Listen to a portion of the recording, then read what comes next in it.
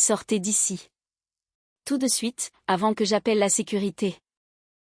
Ludmila de Very se leva, sa coupe de champagne à la main, et lança ces mots à travers toute la salle, assez fort pour que les 150 invités l'entendent. Y compris les investisseurs, pour qui Antoine avait passé 3 mois à polir cette soirée jusqu'à la dernière serviette. Je restais là, une tartelette à la main, que j'avais moi-même préparée le matin, et je sentais la crème couler entre mes doigts. Antoine ne leva même pas les yeux vers moi. Il prit ma main, arracha la bague de mon doigt, enflée par une journée passée debout, et la jeta sur la table à côté de l'assiette de sa mère, comme un pourboire laissé à une serveuse. 3 ans de pitié. C'en était assez. Les invités se mirent à rire, de ce rire particulier des gens qui savent qu'ils ne risquent rien. Je pris mon sac à main, en passant devant le maître d'hôtel, je lui glissai un seul mot à l'oreille. Il pâlit et hocha la tête. Ludmila ignorait encore une chose essentielle. La sécurité qu'elle venait de menacer d'appeler, ce n'était pas elle qui la payait, et dans cette minute, tout le monde allait le découvrir. De telles soirées restent gravées dans les mémoires, et celle-ci, tous ceux qui y ont participé s'en souviendraient. Avant de découvrir la suite, dites-nous dans les commentaires de quelle ville vous écoutez cette histoire.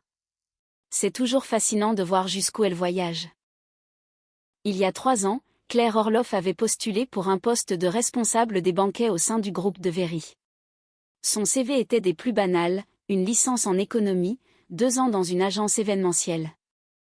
Aucune mention du fait que son père, Nicolas Orloff, jusqu'à sa mort 4 ans plus tôt, était à la tête d'une entreprise de construction et d'un portefeuille d'investissement, qui, après son décès dans un accident de voiture, était revenu intégralement à sa fille unique. À l'époque, elle venait à peine de surmonter les funérailles. D'abord celle de son père, puis, 6 mois plus tard, celle de sa mère, qui n'avait pas survécu à cette perte. Et la dernière chose qu'elle voulait, c'était que les gens la voient comme une riche héritière. Son père, de son vivant, lui répétait souvent une chose: l'argent ouvre les portes, ma Claire, mais il ferme les visages des gens. Tu veux savoir qui est vraiment à tes côtés? Commence par cacher ton argent. Elle avait pris ces paroles non pas comme un conseil, mais comme un précepte. Et elle s'était fait une promesse: tant que je n'aurai pas prouvé à moi-même, de mes propres mains, sans l'aide du capital de mon père, que je suis capable de construire quelque chose, personne ne saura qui je suis vraiment. Le groupe de Very l'engagea pour une période d'essai au département d'organisation de banquets. L'entreprise possédait plusieurs restaurants et louait des salles de réception auprès d'une chaîne d'hôtels de la ville. La 3e semaine, elle rencontra le copropriétaire de l'entreprise, Antoine de Very, un homme de 32 ans, venu vérifier les préparatifs d'une soirée d'entreprise pour un client important. Antoine était de ces hommes qui, dès qu'ils entrent, occupent tout l'espace de la pièce par leur voix et leurs gestes. Grand, dans un costume un peu plus ample que nécessaire, comme s'il portait encore un style démodé d'un magazine d'il y a 5 ans. Il plaisantait avec les serveuses, mais dans leur dos, il les appelait « les filles de la salle », comme si elles faisaient partie du mobilier.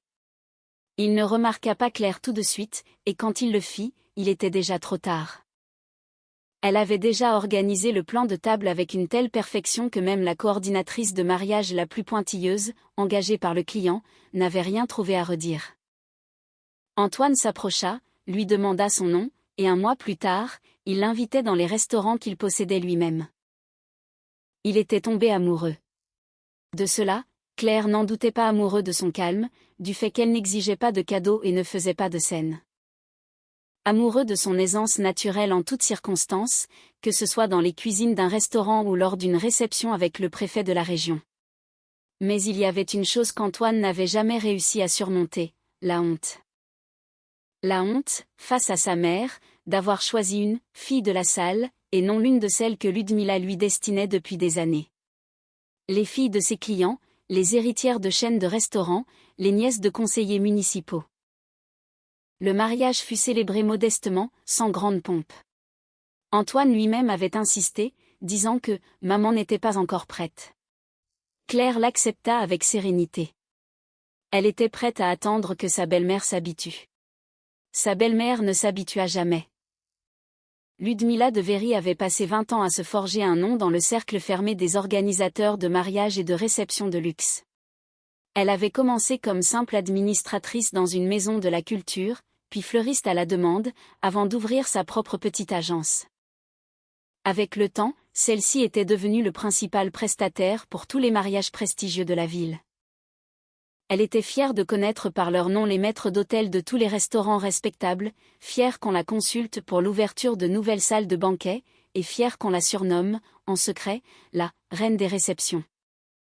Et dans ce décor si soigneusement construit, une belle fille serveuse ne cadrait absolument pas. Claire se souviendrait toute sa vie du premier dîner de famille après le mariage.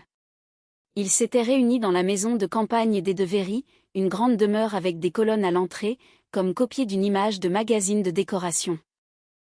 Ludmila s'approcha de la table dans une robe bleu nuit, toucha du doigt la broche en camée sur sa poitrine, une pièce ancienne, noircie par le temps, représentant le profil d'une femme à l'antique. Et elle prononça la première phrase qui, pour Claire, deviendrait une sentence pour les 3 années à venir. La classe se voit tout de suite, mon cher Antoine. Dans notre famille, nous avons toujours su la reconnaître. Elle balaya sa belle-fille du regard, de la tête aux pieds, s'attardant sur sa robe simple, achetée en solde. Ce n'est rien, nous allons l'éduquer. À partir de ce soir-là, on commença à utiliser Claire. Pas brutalement, pas ouvertement. Ludmila était une metteuse en scène trop expérimentée pour agir de front. Elle savait comment formuler ses exigences comme des faveurs. Ma petite Claire, tu sais si bien dresser la table. Pourrais-tu t'en occuper avant l'arrivée des invités? J'ai mal au dos. Ma petite Claire, tu es si pragmatique. Va donc au marché choisir les meilleures herbes, pendant que nous discutons de choses importantes. Au 3e repas de famille, Claire savait déjà, sans qu'on le lui dise, ce qu'on attendait d'elle. Elle arrivait 1 heure avant les autres, aidait en cuisine, servait les apéritifs, puis s'asseyait à table en tant qu'invitée, fatiguée, portant encore un tablier qu'elle oubliait d'enlever.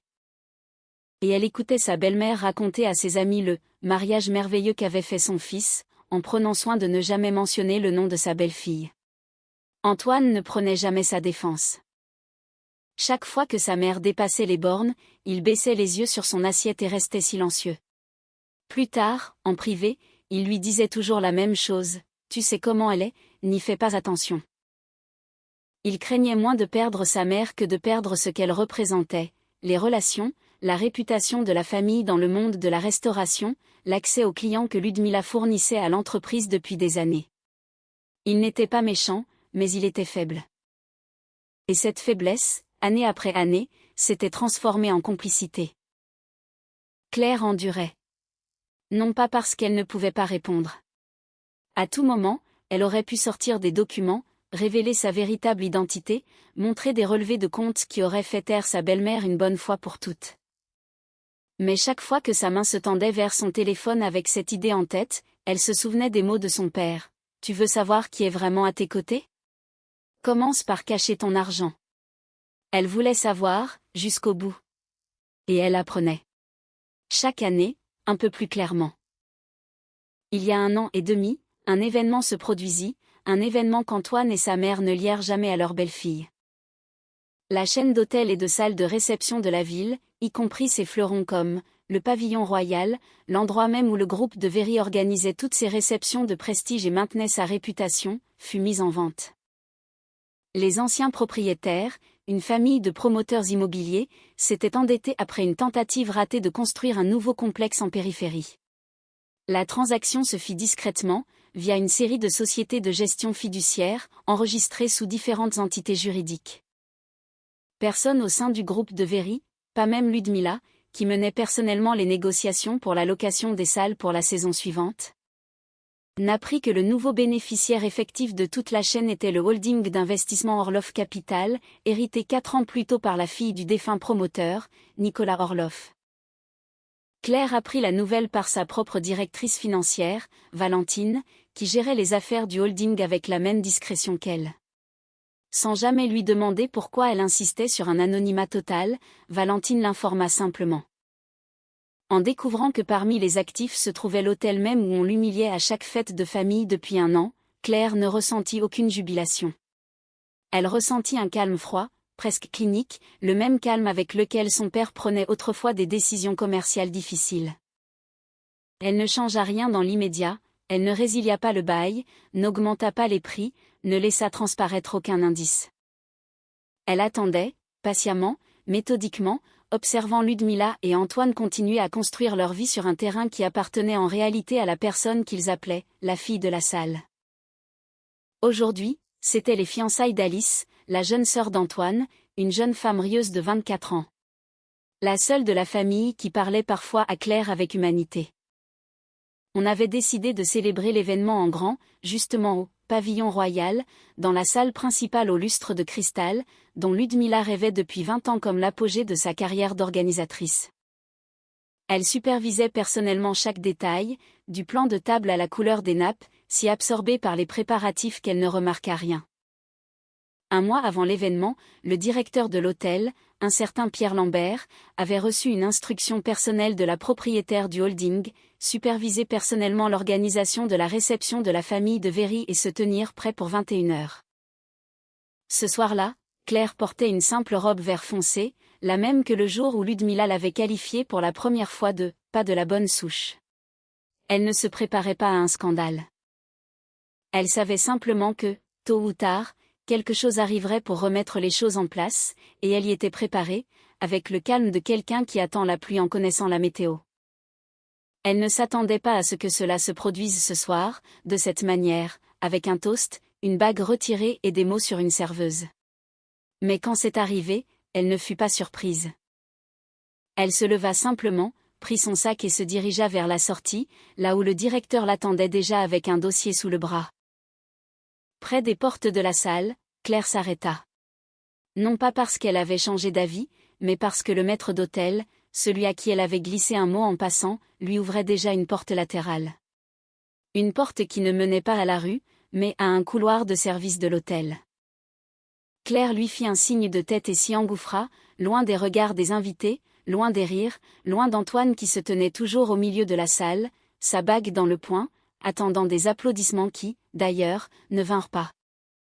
Juste un silence gêné, après la première vague de rire. Ce genre de silence où certains invités commencent déjà à échanger des regards.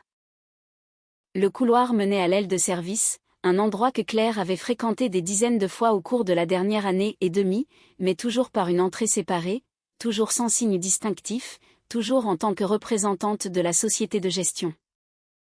Le personnel connaissait son visage, mais seuls 2 d'entre eux connaissaient son nom complet, le directeur, Pierre Lambert, et la directrice financière, Valentine. Elle sortit son téléphone et tapa un simple message, « Commencez ». Comme convenu. Elle l'envoya, et le téléphone vibra presque aussitôt avec une réponse, « Reçu ». Pierre Lambert entre dans la salle dans 7 minutes. 7 minutes.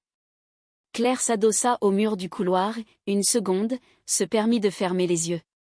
Elle se souvint de cette soirée, 1 an et demi plus tôt, lorsque Valentine avait posé pour la première fois le dossier de la transaction sur son bureau. « Madame Orloff, je voudrais attirer votre attention sur un point. Parmi les actifs de la chaîne figure l'hôtel Le Pavillon Royal. D'après mes informations, c'est le lieu principal d'activité de l'entreprise où travaille votre mari. » Valentine avait prononcé ces mots d'un ton neutre et professionnel, sans la moindre once de curiosité. Elle ne posait jamais de questions personnelles, et c'est pour cela que Claire l'appréciait tant.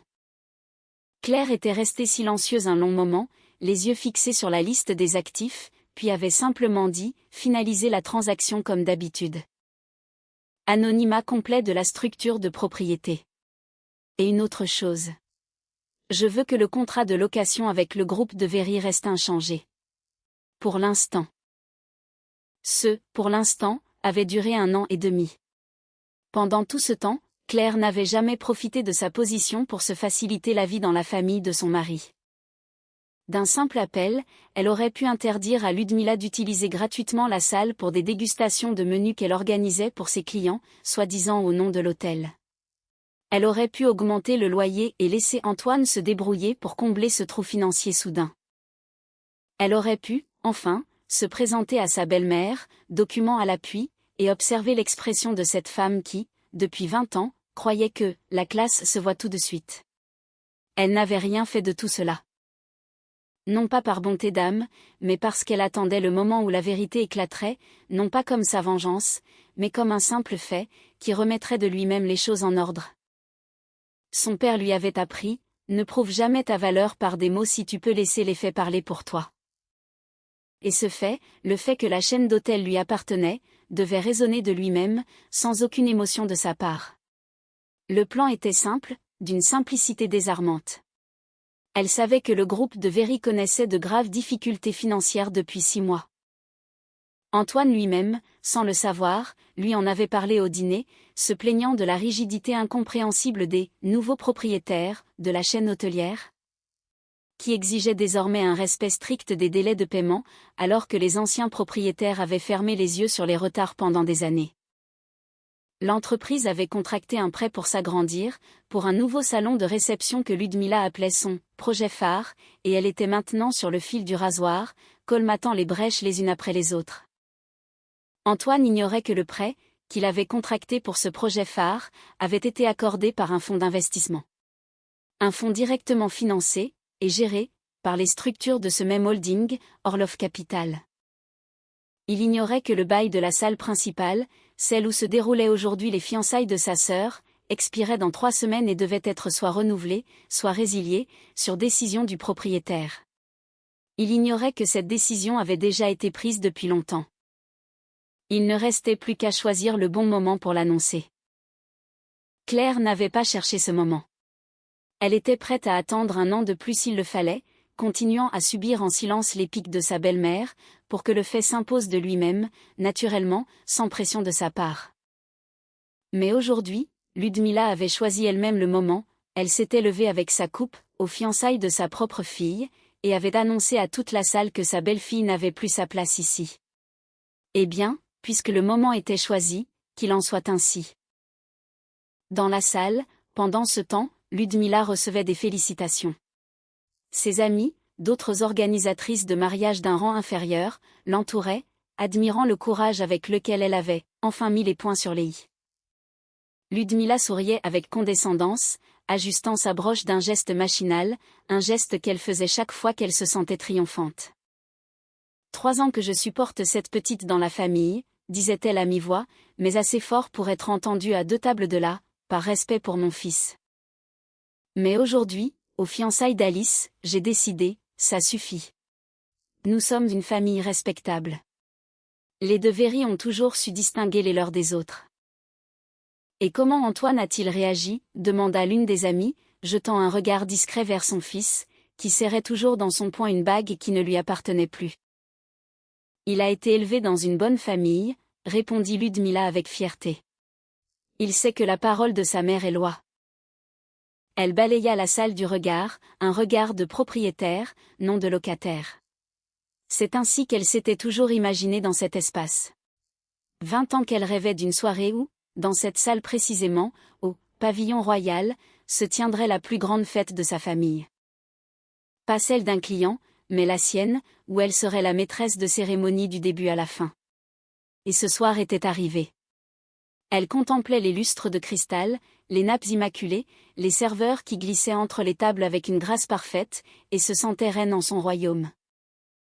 Elle ne remarqua pas qu'un des serveurs, près de la table centrale, s'arrêta 1 seconde, échangea un regard avec le maître d'hôtel à l'entrée et lui fit un bref signe de tête.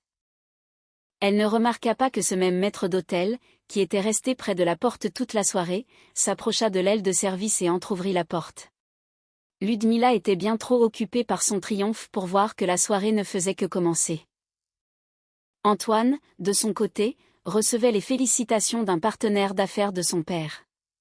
Ou plutôt, son propre partenaire d'affaires maintenant, un investisseur qui avait financé l'ouverture du nouveau salon phare du groupe de Véry dans la rue voisine. Ce partenaire s'appelait Damien Salomon, et il était de ces hommes qui, dans les événements mondains, sourient juste ce qu'exige le protocole, pas 1 seconde de plus. Antoine, dit Damien Salomon en prenant une coupe de champagne sur un plateau, j'ai entendu dire que vous aviez réglé un problème de famille ce soir. Antoine, encore tout à son triomphe, hocha la tête avec l'empressement de quelqu'un qui attend une approbation. Maman a toujours dit que la réputation de la famille est ce qui compte le plus. On ne pouvait plus continuer à faire comme si de rien n'était. Je comprends. Damien Salomon but une gorgée, le regard fixé quelque part par-dessus l'épaule d'Antoine. Et vous êtes au courant de ce qui se passe avec le bail de cette salle? Antoine cligna des yeux. La question le prit au dépourvu. Il s'attendait à parler d'affaires, de nouveaux clients, de n'importe quoi, mais pas du bail. Nous le renouvelons chaque année, répondit-il, peu sûr de lui. Il n'y a jamais eu de problème. C'est juste que des rumeurs me sont parvenues, comme quoi le nouveau propriétaire de la chaîne insiste pour revoir les conditions avec tous les locataires d'ici la fin du trimestre.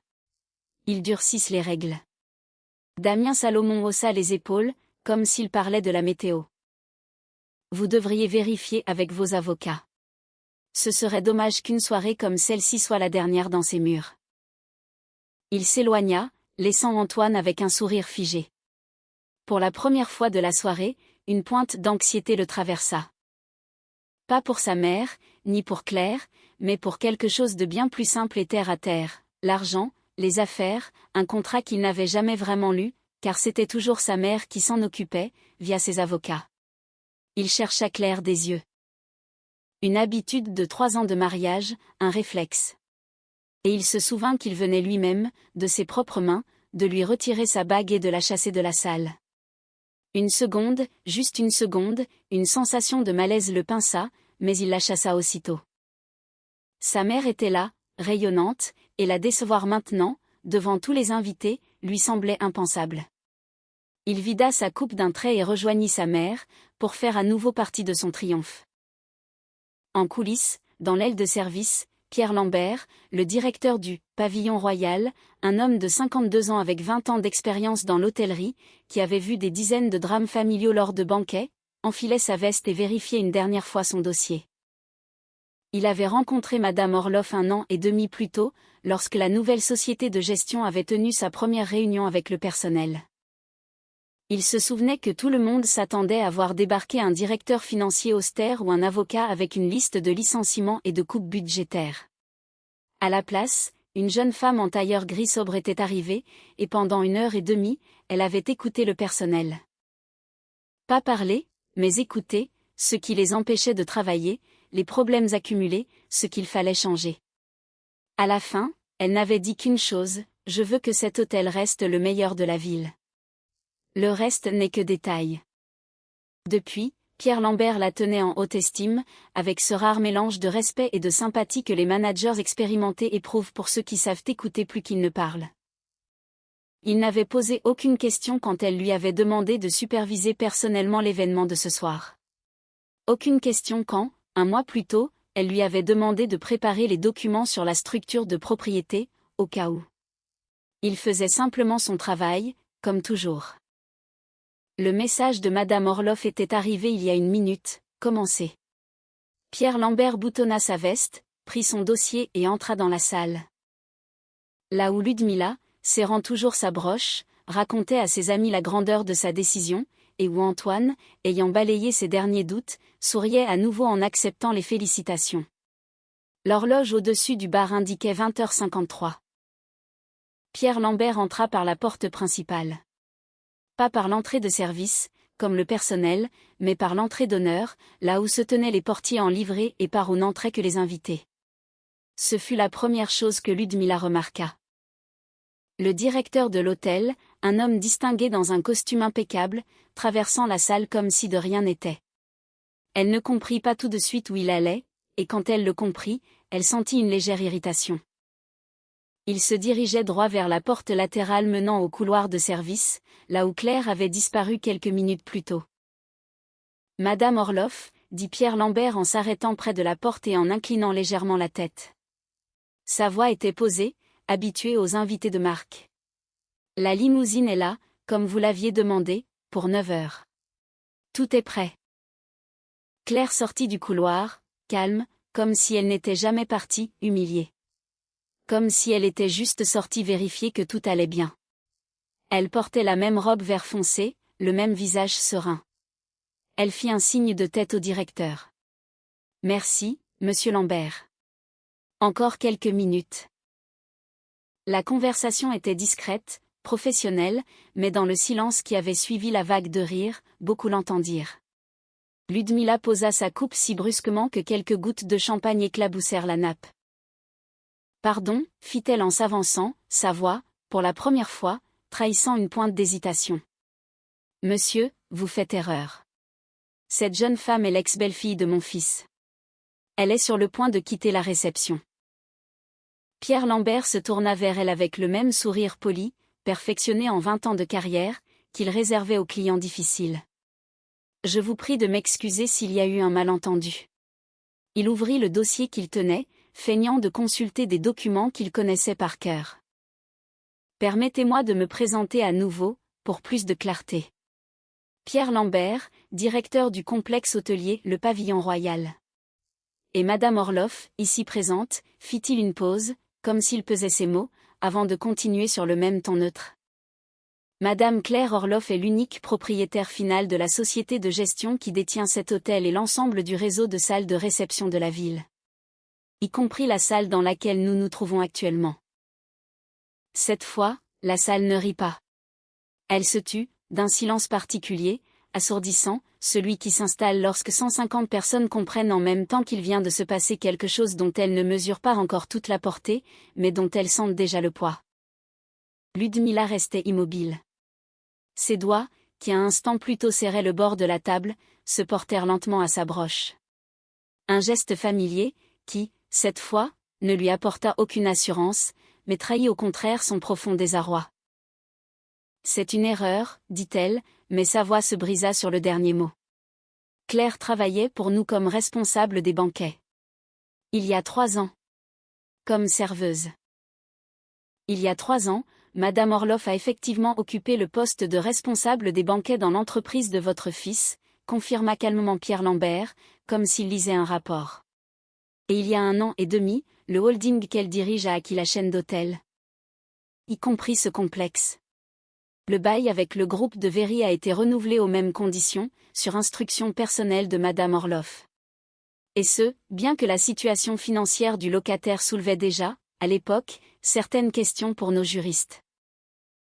Antoine, qui se tenait à côté de sa mère, une coupe à la main, se figea. Il la posa lentement sur la table, comme si elle était soudain devenue trop lourde. « Claire, murmura-t-il, s'adressant non plus au directeur, mais directement à sa femme, son ex-femme, comme il l'avait lui-même annoncé à tous il y a quelques minutes.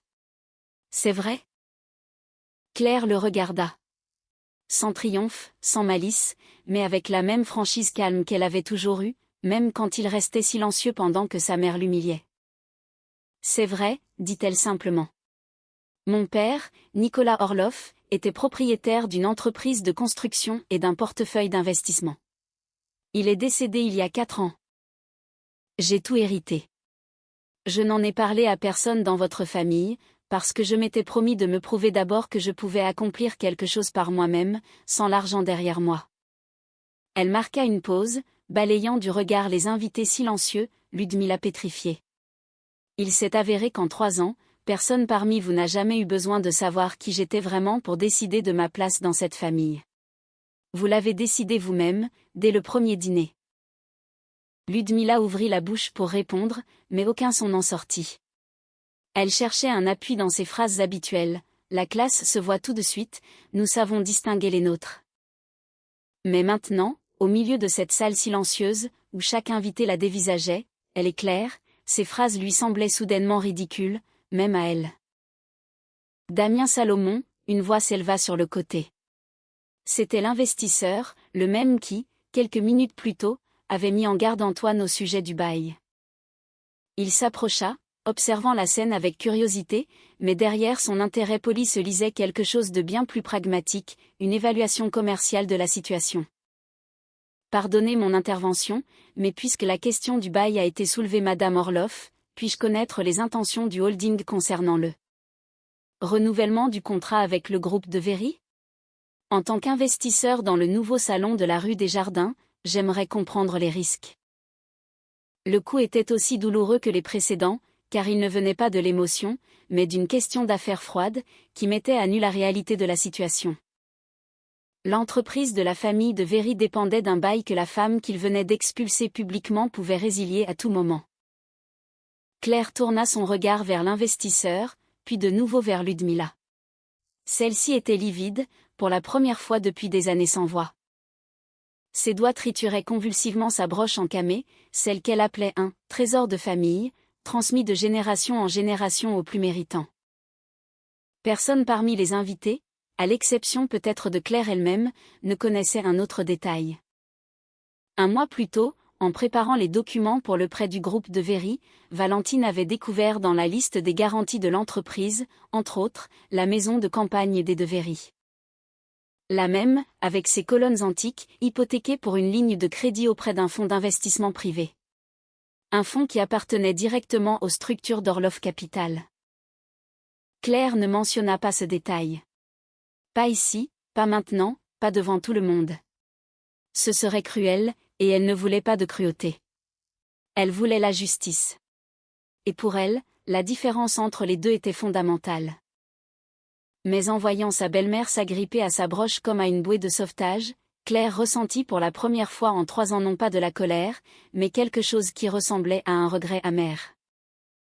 Cette femme avait passé 20 ans à bâtir sa vie sur le statut, sur des symboles extérieurs de supériorité, et même maintenant, au moment de son effondrement total. Elle continuait de s'y accrocher, sans comprendre que cette arrogance futile ne l'aiderait pas à sauver le domaine familial, qui serait bientôt saisi. Le bail avec le groupe de Véry expire dans 3 semaines, dit Claire d'une voix égale, en s'adressant à l'investisseur, mais assez fort pour que tous l'entendent. La décision concernant son renouvellement sera prise conformément à la loi. Avec notification de toutes les parties dans les délais prévus. Pour l'instant, je peux seulement dire une chose, les conditions du bail de ces 18 derniers mois étaient bien plus avantageuses que celles du marché. Pour la suite, nous verrons. C'était la vérité, dite sans émotion, sans la moindre trace de vengeance. Mais tout le monde dans la salle, y compris Ludmila, comprit parfaitement ce que cela signifiait. Antoine s'avança vers Claire. Pour la première fois de la soirée, son visage ne montrait ni triomphe, ni l'assurance habituelle de celui dont la vie suit un chemin tout tracé. Claire, attends, sa voix tremblait. Je ne savais pas. Je te jure, je ne savais rien de tout ça. Si j'avais su. Si tu avais su, qu'est-ce qui aurait été différent, demanda-t-elle doucement, le regardant droit dans les yeux. Tu ne m'aurais pas retiré ma bague devant les invités, ou tu aurais simplement choisi des mots plus polis. Antoine ne sut que répondre. Il regardait tantôt sa mère, pétrifiée la main sur sa broche, tantôt Claire, debout devant lui dans sa simple robe verte, qui, 1 heure plus tôt, lui semblait être le signe de ses origines modestes, et qui maintenant paraissait être le seul îlot de calme et de dignité dans une salle en proie au chuchotement et à la confusion. Quelque part au fond de lui, une pensée qu'il avait repoussée pendant 3 ans refit surface, sa mère avait eu tort. L'humiliation qu'il l'avait patiemment laissé infliger à sa femme, dîner après dîner, fête après fête, n'était pas de elle, éducation, mais de la pure cruauté, dont il payait maintenant le prix. Pas en argent, pas en affaires, mais en quelque chose de bien plus important, qu'il ne parvenait pas à nommer. Mais l'admettre à voix haute, devant tout le monde, devant sa mère qui le regardait encore d'un air suppliant, s'attendant à ce qu'il prenne son parti comme toujours pour ça, Antoine n'en eut pas le courage. Pas ce soir, maman, dit-il à voix basse en se tournant vers Ludmila, et sa voix n'exprimait pas le soutien, mais le désarroi de quelqu'un dont le monde vient de s'écrouler. Que allons-nous faire pour le salon de la rue des Jardins, pour le prêt ? Ludmila ne répondit pas. Elle regardait Claire, non plus avec supériorité, mais avec quelque chose qui ressemblait à de la peur. Pour la première fois en 20 ans de brillante carrière, elle sentait que la scène qu'elle avait elle-même orchestrée pour son propre triomphe s'était retournée contre elle, complètement et irrémédiablement. Claire fit un signe de tête à Pierre Lambert. La limousine, je pense, peut encore attendre un peu. Elle se tourna vers la salle figée, vers ces dizaines de visages qui, 1 heure plus tôt, riaient de son humiliation et qui la regardaient maintenant avec une expression tout autre, un mélange de surprise, de curiosité et de ce respect particulier que les gens éprouvent pour les faits, et non pour les mots. Je suis désolée d'avoir interrompu la fête d'Alice. Toutes mes félicitations, dit-elle à la jeune sœur d'Antoine, qui se tenait près d'une table voisine, les yeux écarquillés. Tu n'es pour rien dans ce qui s'est passé ce soir. Tes fiançailles auraient dû être un jour heureux, et je ne veux pas que tu en gardes le souvenir d'un scandale. Alice, désemparée, ne put qu'acquiescer, incapable de trouver ses mots. Claire se retourna et se dirigea vers la sortie. Cette fois pour de bon, sans se presser, sans avoir besoin de se cacher dans un couloir de service. Pierre Lambert la suivit, un pas derrière, comme il sied à un directeur accompagnant un invité de marque. Arrivée à la porte, elle se retourna une dernière fois. Non pas pour lancer un regard d'adieu triomphant, mais simplement pour s'assurer que la porte se refermerait correctement derrière elle. Ludmila était toujours là, près de la table, serrant sa broche comme si c'était son dernier point d'ancrage dans un monde qui venait de cesser d'être celui qu'elle avait connu pendant 20 ans. Le premier coup avait été porté. Mais, comme Claire le savait bien, la véritable facture n'était pas encore arrivée. Elle ne viendrait pas ce soir, par un geste spectaculaire devant les invités, mais au cours de la semaine suivante, discrètement, par des documents, des appels d'avocats, des notifications officielles qui atterriraient sur le bureau du groupe de Véry, en stricte conformité avec la loi. Le lendemain matin, Ludmila appela une de ses vieilles connaissances, Victor Dubois, un député avec qui elle était amie depuis qu'elle avait organisé le mariage de sa fille 15 ans plus tôt.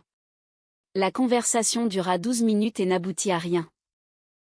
Victor Dubois lui expliqua poliment, mais fermement, que les questions de baux commerciaux pour des biens privés ne relevaient pas de sa compétence. Et que, de nos jours, Ludmila, il vaut mieux régler ses affaires par avocats interposés, pas par des coups de fil. Elle n'abandonna pas. Au cours des 3 jours suivants, elle appela cette autre personne de son carnet d'adresses, partenaires commerciaux, fonctionnaires, même un ancien client dont le mariage, 10 ans plus tôt, était considéré comme son chef-d'œuvre et qui occupait maintenant un poste à la mairie. Chaque conversation se terminait de la même manière, un refus poli mais définitif. Les gens qui lui souriaient dans les réceptions depuis 20 ans étaient soudainement occupés, indisponibles, essaieraient de la rappeler. Et ne rappelaient jamais. Pour la première fois de sa vie, Ludmila découvrait que ses relations, qu'elle avait toujours considérées comme son principal capital, n'avaient de valeur que tant qu'elle était utile. Dès que son statut fut ébranlé, le téléphone se tut. Le 4e jour, elle se rendit elle-même, sans préavis, au bureau d'Orloff Capital. Un immeuble discret dans le quartier des affaires, où on ne la laissa entrer qu'après qu'elle eut décliné son identité et attendu 20 minutes dans un hall d'accueil au décor sobre, à milieu du luxe qu'elle s'attendait à trouver.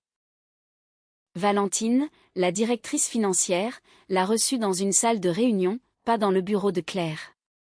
Car Claire avait refusé de la voir, faisant passer un seul message: toutes les questions devaient être traitées par écrit, par l'intermédiaire des avocats.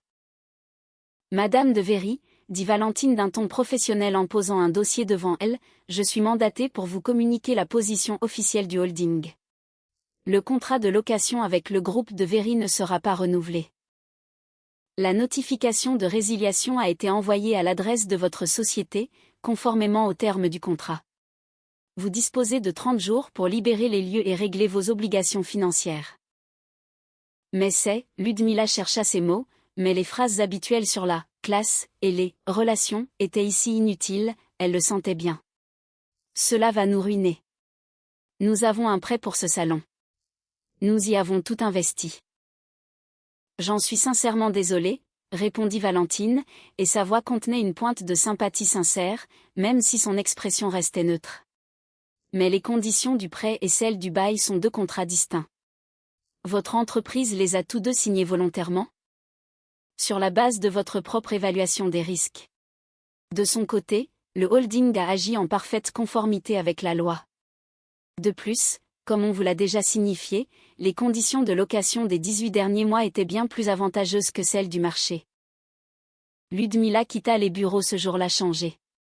Pour la première fois en 20 ans, elle ne se sentait plus maîtresse de la situation, mais comme une suppliante à qui l'on venait, poliment mais fermement, de montrer la porte. Le fonds d'investissement qui avait accordé le prêt au groupe de Véry exigea le remboursement anticipé de la dette dès que la résiliation du bail fut connue. Sans les salles louées, le plan d'affaires sur lequel reposait le prêt n'avait plus aucun sens.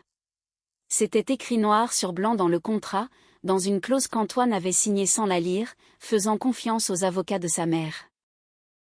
2 semaines après les fiançailles, la maison de campagne des de Véry figurait sur la liste des biens à vendre pour rembourser une partie de la dette. Pour Ludmila, cette ligne dans le document fut peut-être le coup le plus dur.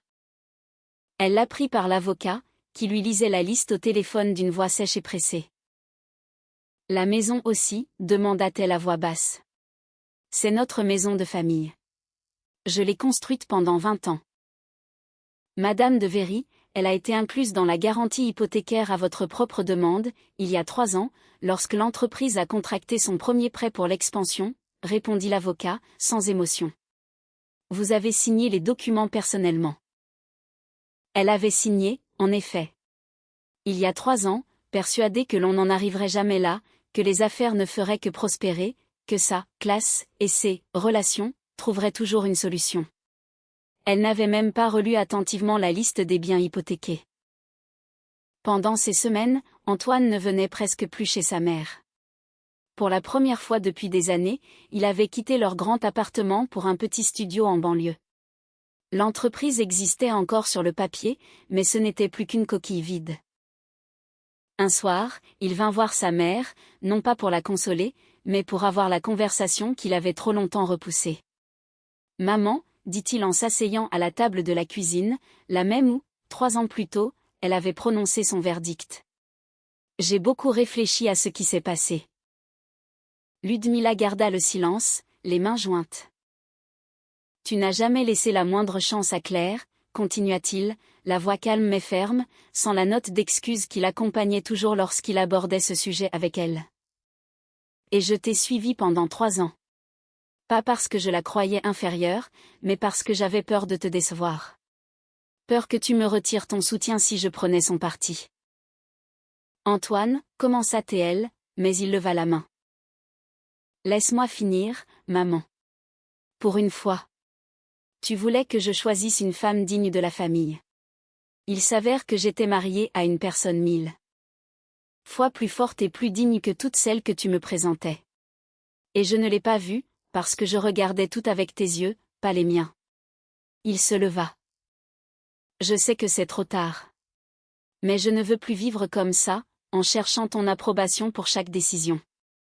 Je dois apprendre à être un adulte par moi-même. Je vais commencer par trouver un vrai travail. Pas sous ton aile, pas dans une entreprise bâtie sur des relations. Juste un travail. » Ludmila ne répondit pas. Elle resta seule dans la cuisine longtemps après son départ, privée pour la première fois non seulement de son statut et de ses affaires, mais aussi de la seule forme de contrôle qui lui restait, son emprise sur son fils. Claire n'apprit cette conversation que plus tard. Antoine lui envoya un court message, sans chercher à se justifier ni à la revoir. Il lui disait simplement qu'il avait quitté l'entreprise de sa mère et qu'il avait tout compris. Elle ne ressentit ni triomphe, ni pitié particulière. Juste un fait de plus, dans la longue liste des conséquences de cette soirée au Pavillon Royal. Le divorce fut prononcé rapidement, par consentement mutuel. Il n'y avait rien à partager. Tout ce qui appartenait à Antoine était maintenant englobé dans la faillite de l'entreprise. Claire ne réclama rien. Un mois plus tard, elle se tenait sur le balcon de son appartement, un lieu lumineux qu'elle avait acheté bien avant son mariage, avec son propre argent. C'était un samedi soir. La ville bruissait en contrebas. Sur le balcon, un charrot qu'elle avait recueilli un mois plus tôt, maigre et écorché à l'époque, maintenant grassement nourri, vint se frotter contre elle. Son téléphone vibra. Un message de Pierre Lambert. « Madame Orloff, le devis pour la rénovation du petit salon est prêt. Quand seriez-vous disponible pour en discuter ?» Elle sourit, tapa une brève réponse. Sur la table derrière elle se trouvait un dossier. Son nouveau projet, transformer le petit salon du Pavillon Royal, celui-là même où on l'avait forcé à dresser la table 3 ans plus tôt, en une fondation caritative pour les enfants ayant perdu leurs parents. Elle y pensait depuis longtemps, depuis la mort de ses propres parents. Elle avait maintenant les moyens de rendre les choses un peu plus faciles pour d'autres. Le chat sur la balustrade se figea, les yeux fixés sur un moineau dans la cour, prêt à une chasse qui, bien sûr, n'aboutirait à rien. Claire referma le dossier, caressa le chat et regarda le ciel qui s'assombrissait au-dessus de la ville. Au loin, elle devinait la silhouette du « pavillon royal », l'hôtel qui, 3 ans plus tôt, la considérait comme une domestique et qui attendait maintenant sa décision pour sa rénovation. Voilà l'histoire d'aujourd'hui. Celle d'une force tranquille, qui a toujours été là, mais que personne n'avait remarqué, jusqu'à ce qu'il soit trop tard. Merci d'avoir été avec nous. Si ce récit vous a plu, soutenez la chaîne avec un pouce bleu et un abonnement. Cela nous aide vraiment à continuer. Et dans les commentaires, dites-nous ce qui vous a le plus marqué, la réplique de la belle-mère, le moment avec le directeur, ou peut-être, le chat sur le balcon. À demain.